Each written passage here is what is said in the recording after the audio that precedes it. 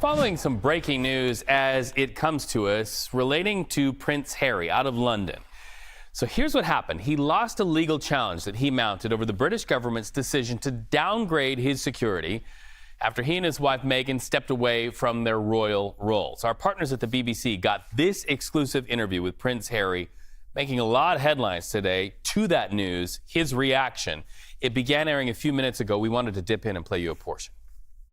Well, Prince Harry is currently living in California, where he's been speaking to our correspondent Tawfik, and we can bring you that extended interview now.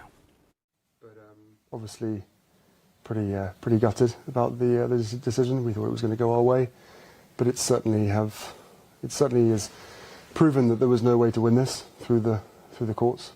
Wish someone had told me that beforehand. Yeah, the decision has been a surprise as well as not a surprise. Yeah, for the time being, it's impossible for me to take my family back to the UK safely. You're obviously very deeply affected by this. What memories, experiences had you hoped your children, Archie and Lilibet, would have had that you think they won't be able to now with this decision?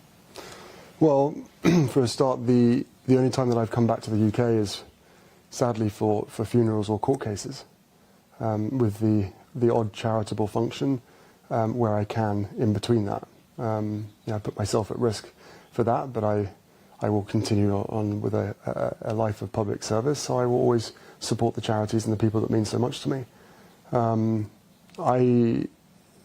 I can't see a world in which I would be bringing my wife and children back to the UK at this point.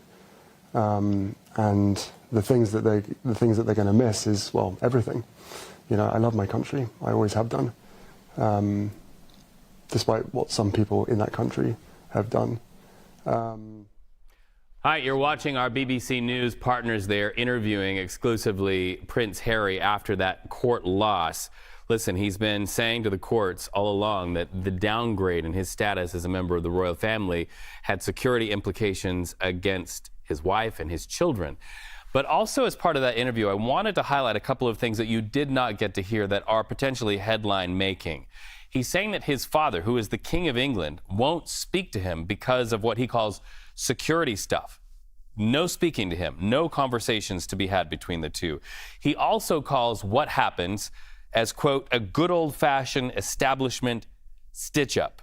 Still, the Prince, the Duke of Sussex, says he would like a reconciliation with the royal family. What a fascinating story this is playing out over across the pond. The other headline that really anybody can resonate with, especially if you have a family member who's fighting cancer. The Prince says he does not know how long the king has to live, and communication is completely cut off. We thank our partners with the BBC for this breaking news, for that exclusive interview. Certainly a lot more to come out of this, out of that exclusive interview with the BBC in time for your dinner time headlines. We invite you to stay tuned.